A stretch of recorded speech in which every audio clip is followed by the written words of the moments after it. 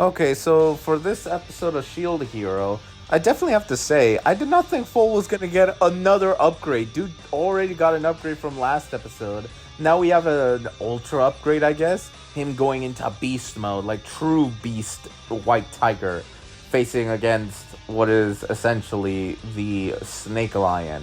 And I mean, I'll just say this: the fighting is pretty cool. I already suspected something after the review due to the fact that I doubt they were gonna even put up a fight with Naofumi. However, if all of them can just suddenly get back up and somehow reverse all the damage they took, then yeah, they're gonna be a genuine problem. So that was one thing. Another thing was Jarvis kind of starting to lose control, seeing that this is a fight that he's not gonna win. So fuck it. I guess he's gonna go and kill a god now, and decides to become into an abomination, which he even acknowledges and kind of loses his mind as well. But yeah, now for me, basically says, yeah, this isn't a duel anymore. This is basically life or death. So we're joining in. And Full looks so disappointed. Like he really wanted to get the win without help. But with Naofumi's like ability to trigger the transformation and being on a time limit, it still gives Full the power he needs to beat Jarvis. And Atla riding Full, like that was pretty wholesome. And just the fighting itself was pretty cool. I will say that. And Jarvis's thing of saying that they told me this would make me the strongest, and it's like, who is they? Is it the ones from Quinlan O, or the place that they're gonna head to? Because now that after this whole scenario, they can finally leave. And it's unclear, but I'm thinking it has to be them. They probably figured that Naofumi is gonna come through Siltveld, so why not put something at least as an obstacle? I doubt they thought Jarvis was gonna actually get a win, but moving from that, we actually get something wholesome and funny.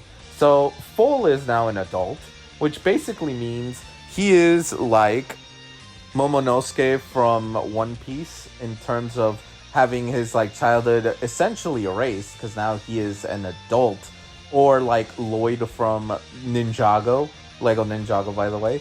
Like having that be that he already lost his childhood because dude lost his father, his mother, and has been constantly protecting his sister, and now he basically is an adult. So, I mean, he hasn't really had it easy, unfortunately.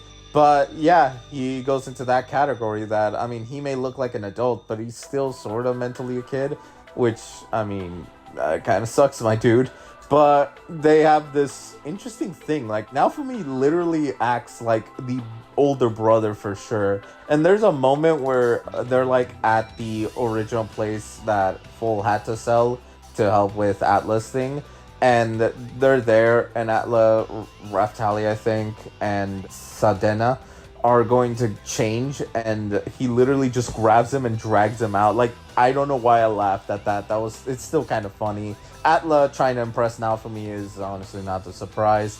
It's kind of reminiscent to how Raphtalia does want to try to impress now for me, but into a very obvious degree that's going to be a no. But I do like the cooking stuff. It is genuinely wholesome. And obviously we're leaving Siltveld. So yeah, this arc was honestly pretty good. It gave us like an actual view of that country. Not to mention, they say Naofumi is their savior, the one that's going to stop the waves, because they mention that only the shield hero who can do the beast ability that Full got is their chosen hero. So, that's pretty cool. So, you know what? 9 out of 10.